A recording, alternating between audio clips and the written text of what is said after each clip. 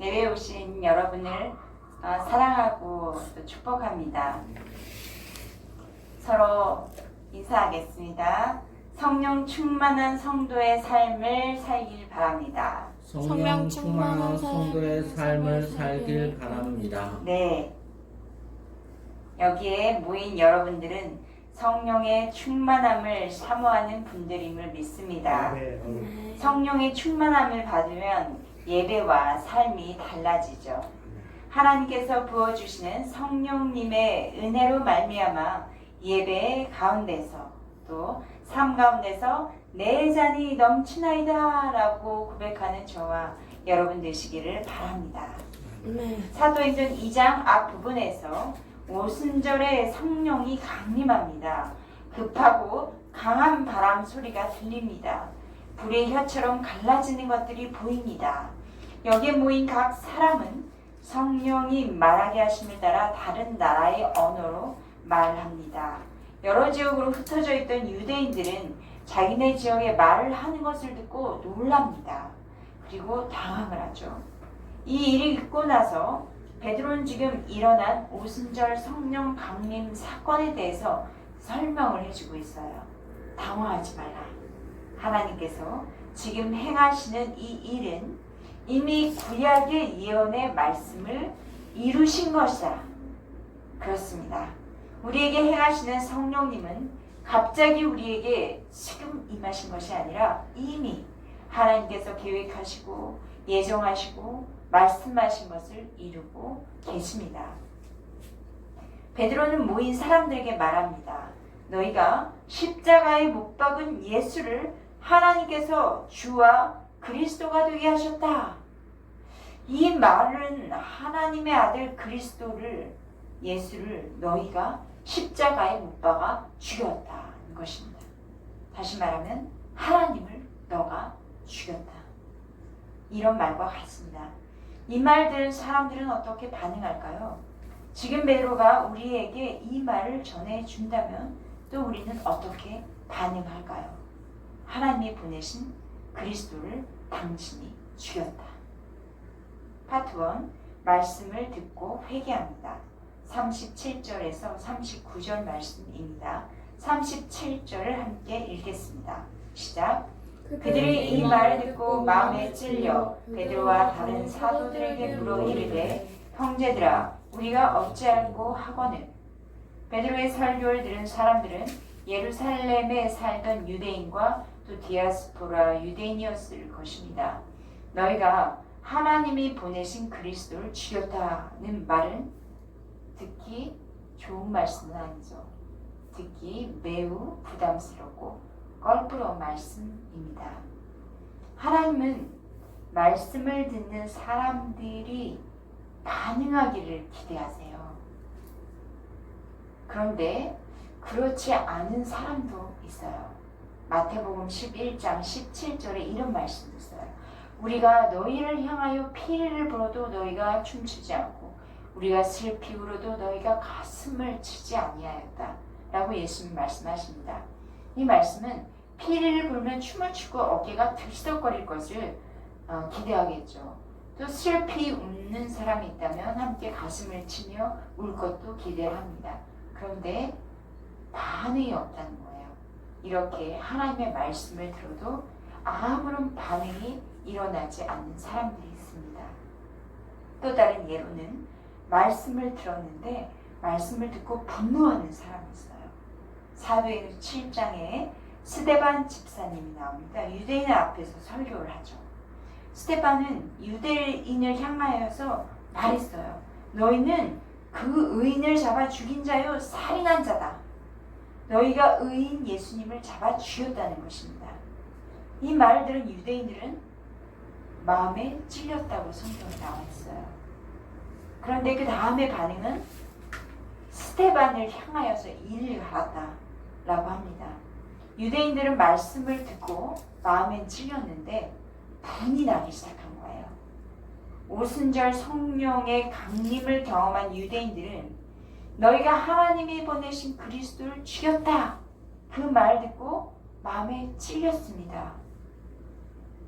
그 찔리다라는 원어로 찾아보니까 벌에 쏘이다 라는 뜻이에요.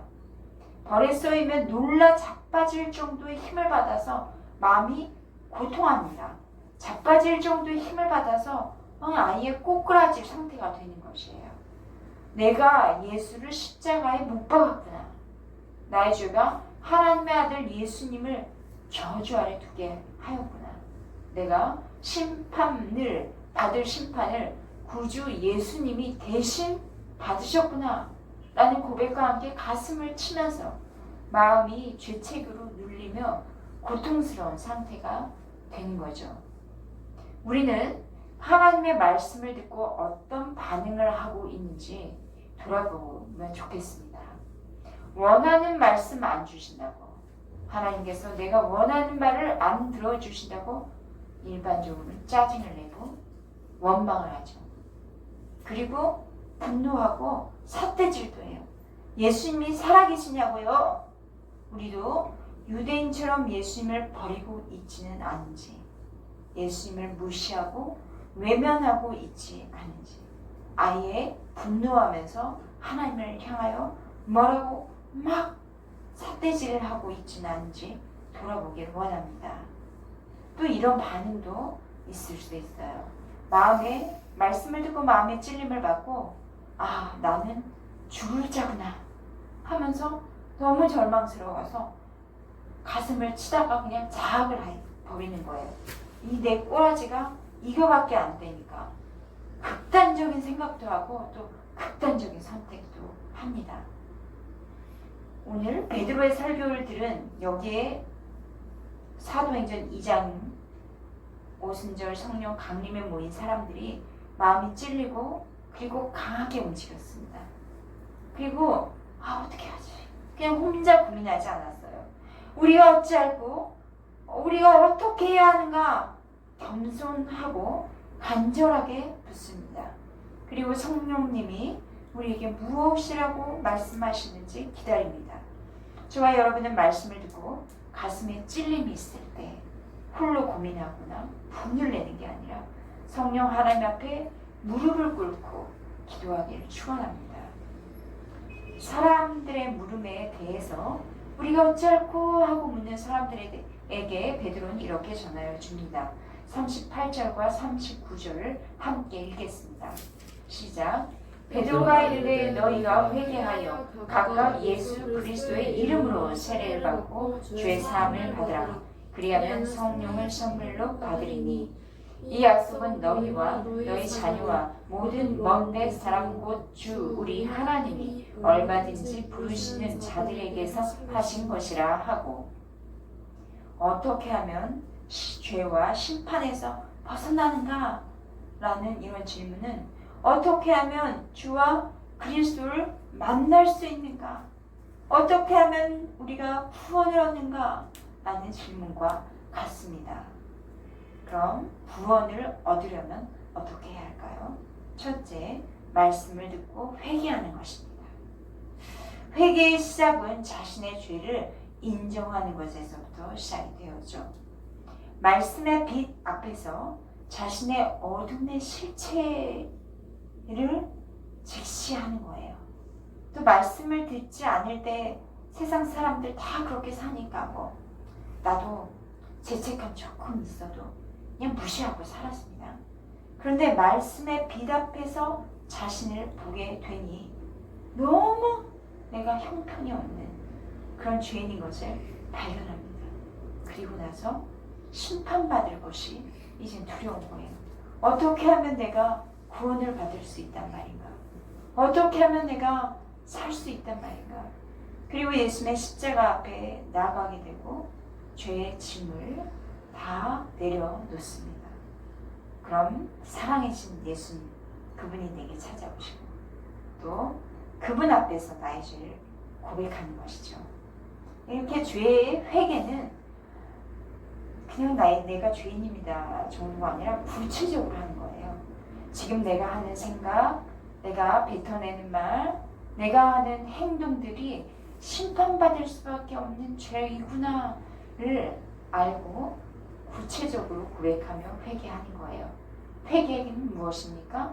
내가 향하던 그 방향에서 180% 반대 방향으로 돌아서는 거죠. 어느 방향으로 돌아서게 될까요? 빛 되신 예수 그리스도께로 돌아서는 것입니다. 어떻게 하면 구원을 받는가? 둘째, 예수 그리스도의 이름으로 세례를 받고 죄 사함을 받습니다. 예수 그리스도의 이름을 의지하여 세례받는 것입니다. 이것은 바로 죄의 사함을 위한 세례입니다. 곧 물 세례이다 라고 표현을 하죠. 물은 깨끗이 씻어주는 것이죠. 죄사함을 받아들이는 것, 우리의 죄를 심판하실 수 있는 분, 바로 그분은 바로 예수님이시구나를 받아들이는 것이죠.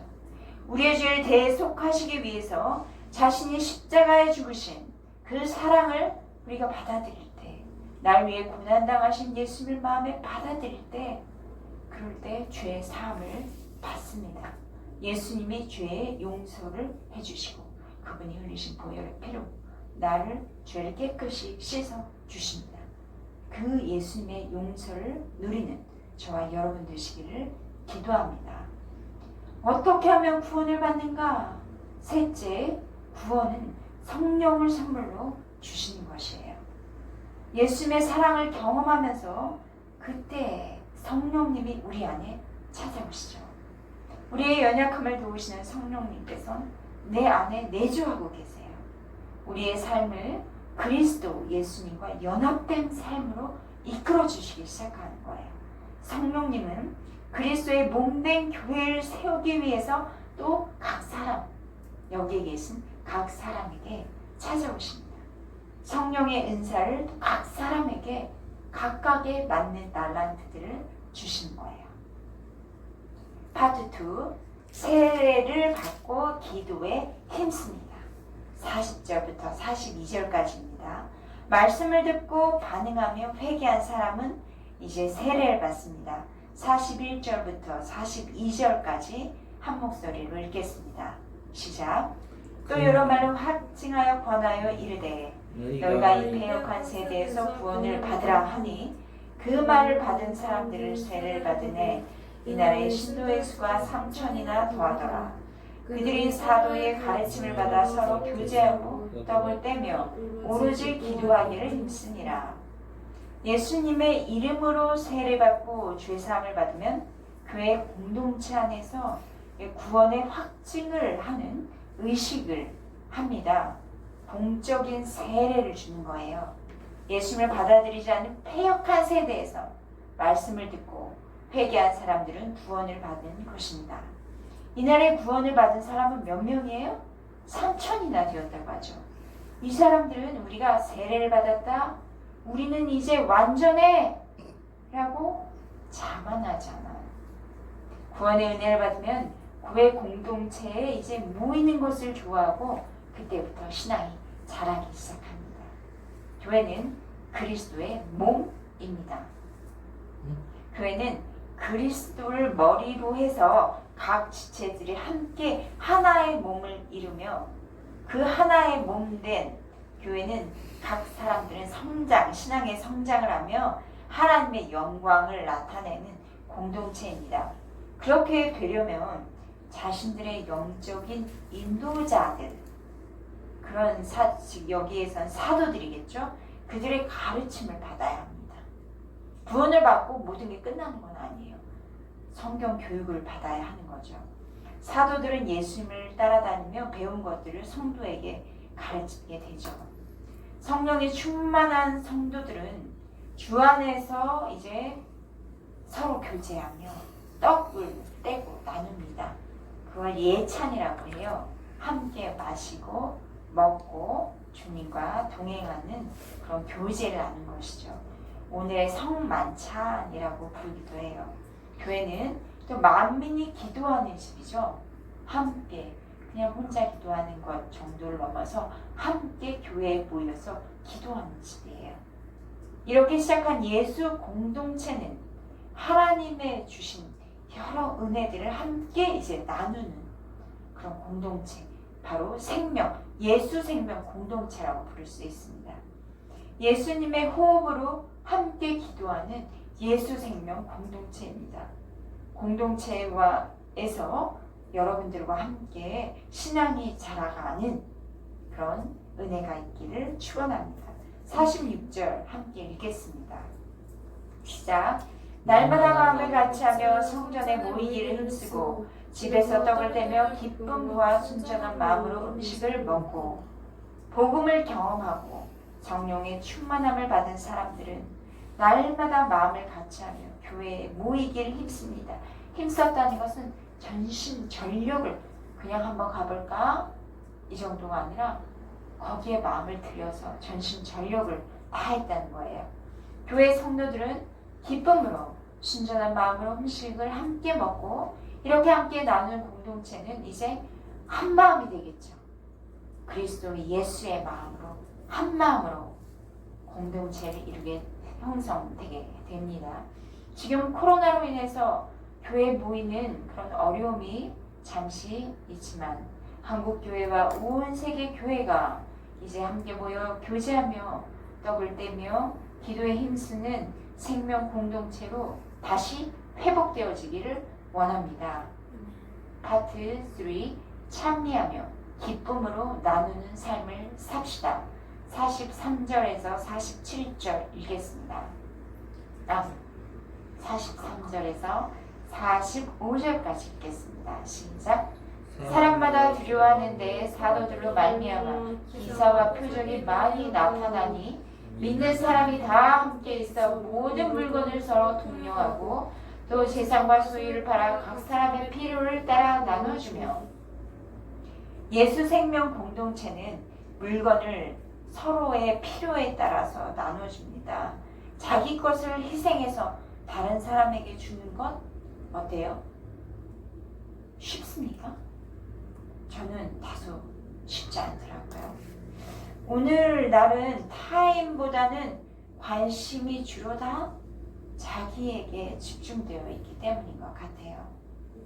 어쨌든 내 호주머니에 있는 것을 빼서 다른 사람에게 나눠주는 것은 쉽지 않고 그것도 순수한 마음으로 주는 것은 쉽지 않죠. 받을 것을 기대해서 주는 것 정도는 또 가능할지 몰라도 순수한 마음으로 내어준다는 것은 쉽지 않아요. 그런데 재산과 소유를 내게 있는 재산, 소유 주머니에 있는 정도가 아니라 큰 재산과 소유를 팔아서 나누는 것은 그들의 삶을 변화시키는 그 하나님의 복음의 능력이 함께하는 것을 볼 수 있습니다. 47절 함께 읽겠습니다. 시작. 하나님을 찬미하며 또 온 백성에게 칭송을 받으니 주께서 구원받는 사람을 날마다 더하게 하시니라. 예수 생명 공동체 안에서는 이제 하나님을 찬미합니다. 하나님을 찬양하는 것이죠. 하나님께서 그들에게 넘치도록 부으시는 그 은혜는 교회 밖으로 흘러나가게 돼요. 내 잔이 넘치나이다 라는 시편 기자의 고백같이 그들 마음에 넘치는 은혜는 바로 그들의 입술을 통해서도 넘쳐 나와서 하나님을 찬양하고 노래를 합니다. 또 교회에 은혜의 잔이 넘칠 때 사람들에게 칭송을 받습니다. 와, 저 공동체는 본받을 만하다. 사랑이 넘친다. 기쁨이 가득합니다. 이 세상 공동체와는 뭔가 다르구나. 하나님께서 이런 공동체를 기뻐하십니다. 하나님께서 구원을 받는 사람을 날마다 늘어나게 하시고 성령의 충만한 성도의 삶의 모습이 예루살렘과 온 유대와 사마리아와 땅끝까지 확장되어가는 그 초대 교회의 모습으로 나타나고 있죠. 지금 우리에게 하나님이 회복하기 원하시는 교회의 모습이기도 합니다.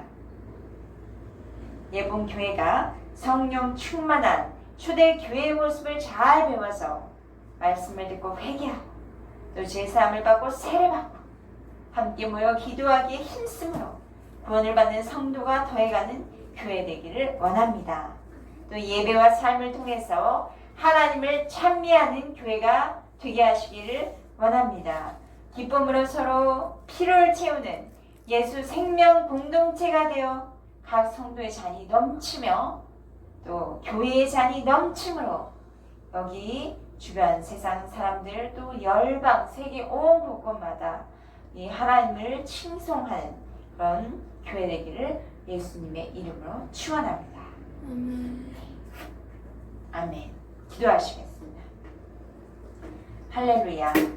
사랑의 하나님, 하나님께서 예수 생명 공동체 그곳에 하나님의 은혜의 잔이 넘칠 때 하나님께서 이루시는 놀라운 일들을 보게 하셔서 감사합니다. 이 예수 생명 공동체 초대교회의 모습이 바로 저희들 교회의 예봉교회의 모습이 될 수 있도록 축복하여 주옵소서. 하나님께서 저희들의 이 코로나로 인하여서 무디어졌던 마음들 또 교회를 사랑하기보다는 교회와 좀 멀어진 마음들이 회복되어지게 하시고 주님 안에서 주님이 주시는 성령의 그릇을 이루어서 예수 생명 공동체로 온전히 회복되게 하여 주옵소서. 예수님의 이름으로 기도했습니다. 아멘.